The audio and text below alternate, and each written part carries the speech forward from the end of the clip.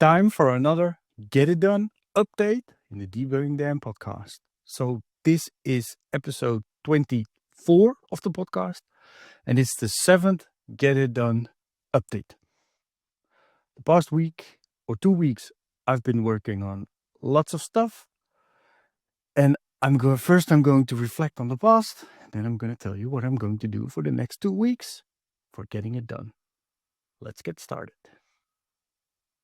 So, for those that are unaware, haven't watched before, seeing this for the first time, Get It Done is the section in my podcast where I try to be accountable by sharing what I'm going to do for the next 2 weeks and set up goals. And when those goals are set, I share them, and hopefully by sharing them, that makes me feel that I should finish them because I shared them in public.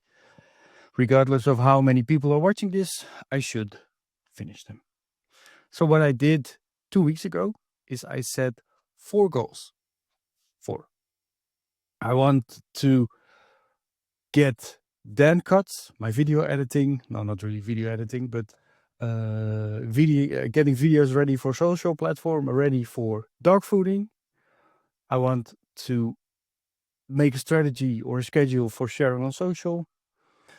For content, I want to approach a way of working there, how I'm going to organize all the different pieces of content I create. So blog posts, podcasts, other videos, maybe live streams in the future.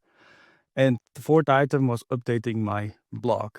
And I'll be getting into some more details for all of these. So Dan Cuts, my personal MVP is ready. But for those who have watched the previous episode, I'm thinking of pivoting Dan Cuts to desktop. And the biggest reason for that is computing and storage. So video is lots of megabytes, and having a SaaS or hosted solution for that means that I have to pay for those megabytes for other people using them. There's also AI involved there for generating transcripts. And if I want to do that, I need to download the models, and the models for example, OpenAI Whisper, if I do the processing locally, are like hundreds of megabytes. The biggest models are more than a gigabyte, and that's all stuff that needs to be stored. I need to host, I need to make available. And this is kind of a product that needs a free tier. So when doing a free tier, I need to host all those different assets and share them. And I figured maybe this is a solution that fits better with desktop. Then processing will all be done on the person's computer, storage, things like that. And it's something interesting for me to work on because I haven't worked on it yet.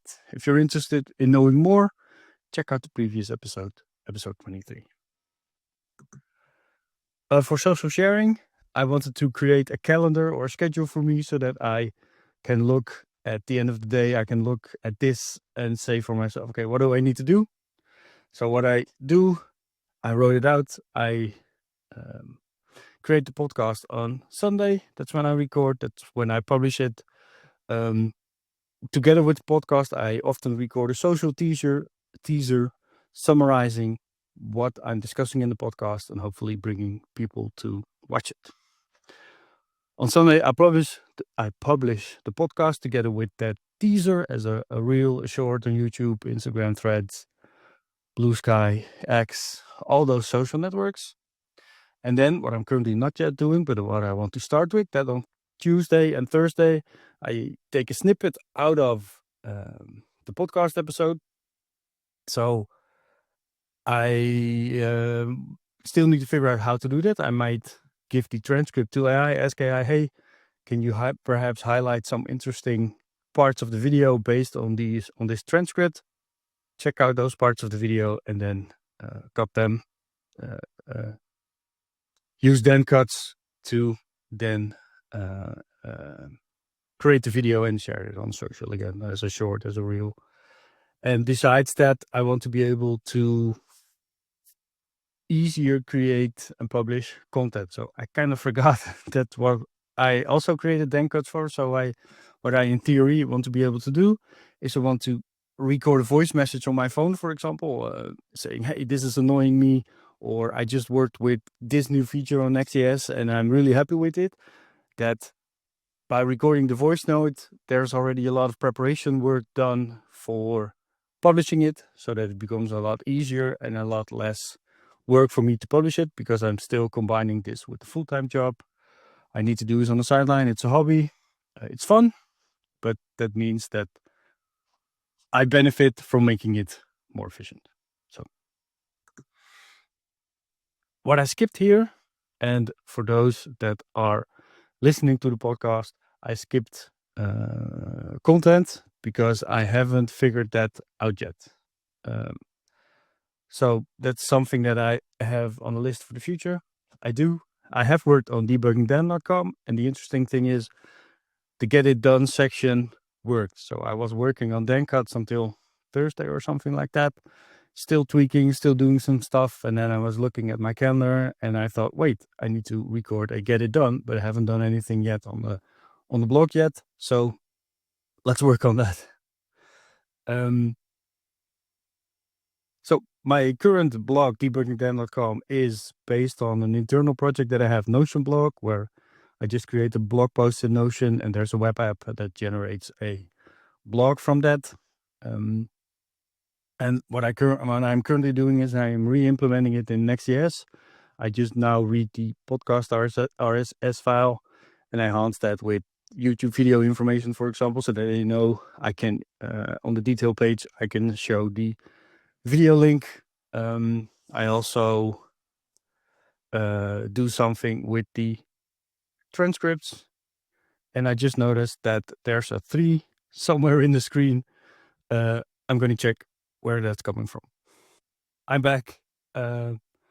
It was some Windows thingy where you drag a window between different desktops or different monitors. It highlights which monitor you're dragging it to, and somehow it got stuck.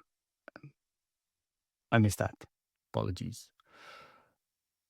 So debuggingdan.com, I've been working on it, and one of the things that I also did is that I wanted to make it layered. So it doesn't need to be perfect and have all the features at once, but I've been implementing it bit by bit. That's why I also started with the podcast RSS, because at a later stage, I also want to create blog posts that are not related directly to a podcast episode. I currently cannot do that, but I want to add an API to Notion blog to read that information and then also add that as posts mixed in with the podcast. So this screenshot that I'm currently sharing, that you cannot see at the moment when you're listening, but the video is on YouTube, is the current homepage of the blog. It's just a list of the different blog posts. It has a title that shows on which podcast platform, which social platforms my podcast is available, and I share content. And I wanted to make this better because it's not really inviting. So what I've been working on is this in Next.js. So currently I'm showing the homepage, which shows tiles with every post, and there's a detail page there, which I hadn't shown for the old blog, but as you're watching this, I've probably put part of the blog that I've updated with Next.js already live. But there's also a detail page there. And this is what I was working on yesterday morning, I believe. And I've been iterating, I've been continuing. So in these screenshots, I've made it better responsively. I've replaced the square podcast screenshots or thumbnails with the one from the YouTube videos, which are 69 in ratio, while the one for the podcast are square.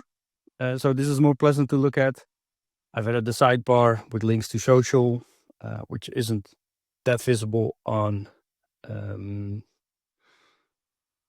mobile because you have to scroll down because of the responsive view, but I'm going to iterate on that. Perhaps on mobile, I'll show something else than I'll do on desktop to just highlight stuff that I'm working on. Could also be the second item in the list or something like that. I just need to figure that out, but that's the layered approach. I first wanted to make the basics work, and then I'm going to iterate on that. And it's been fun to work on. So for the coming 2 weeks, in the spirit of get it done, I'm again picking up 4 different items. It doesn't need to be 4, but most of the time somehow it's 4. So these 4 things I want to pick up. I want to finish debuggingdan.com to a certain point. So what I'm currently working on is the category page, because the previous blog has a category page and tags, which I also want to use again in the future, but I don't want to lose all the SEO links that are perhaps there. I'm not sure that they are, but I just figured let's make sure that they are there. I need to add the redirects for the number, so you can go to debuggingdan.com /12, for example, and you'll be redirected to episode 12 of the podcast. So the Streamlined Solopreneur does that, and that's something that I took from him. It also makes it easier to link for me, and I also think it's a fun gimmick. I also want to do some fixes to Watch Your Numbers. So Watch Your Numbers is an internal project, still internal, which I'm working on to help me gather my analytics in one place. It is something at some point that I want to make public or make into a product. But for now, I'm using it internally. It has some bugs with charts and errors. So I'm going to look into that so that it will be easier for me to get those statistics like website visitors, podcast listeners. And I also want to aggregate different parts of data into the same view. So for example, for podcast, I want to get the information from Spotify, from Apple, and from CustomPod, my self-hosted podcasting platform, and combine that. So that's the second one, fix Watch Your Numbers. The third one is content. So content is combining thinking about how I'm going to combine the different content items that I'm working on. So is a video also going to be a blog post, or is a blog post going to be a video? How do I share that? Do I create a short about the blog post? Things like that. And as last item is DanCut. So I want to start preparing some work for the desktop version. And first I want to do some feasibility checks. So I know a few weeks ago I encountered a open source project on Reddit that allows you to do simple video operations within a browser window. So it's not a GUI, but it's an API that you can tell to, for example, resize a video, add some text on top of it, things like that. And I didn't use that for DanCut because I used it as a SaaS, and then you don't have a web view. But if I'm building a desktop app with Electron, this would be ideal for me to do the video editing part, or at least manipulate the video. Currently, I'm mostly using FFmpeg, but that I don't want to require people to download FFmpeg, for example. FFmpeg doesn't have all the operations. And there's also perhaps some licensing there. Can I include FFmpeg in my application, or would I force people to download it separately? So I would have it all. Ideally, I would have it all part of the same code base, and I would use that. I've also been looking into creating a Node extension for Whisper CPP, which is a C++ implementation of the Whisper implementation from OpenAI. So it downloads the Whisper model, and then I would not have to use Python, which I'm currently using to do Whisper, but I would be able to use it as a Node extension, build that for Electron, and use that within the application. So those are the two things I want to check for feasibility. Building an Electron is not that difficult, I guess. There is a learning curve, so I do need to learn stuff, but that's not that difficult, I think. At least I hope. Famous last words. That's it. That was the Get It Done number 7. Let me know what you think. I always like comments or feedback. Please leave a rating in YouTube, your favorite podcast app. It helps me promote the podcast. Yeah, that's it. Have a nice one. Bye.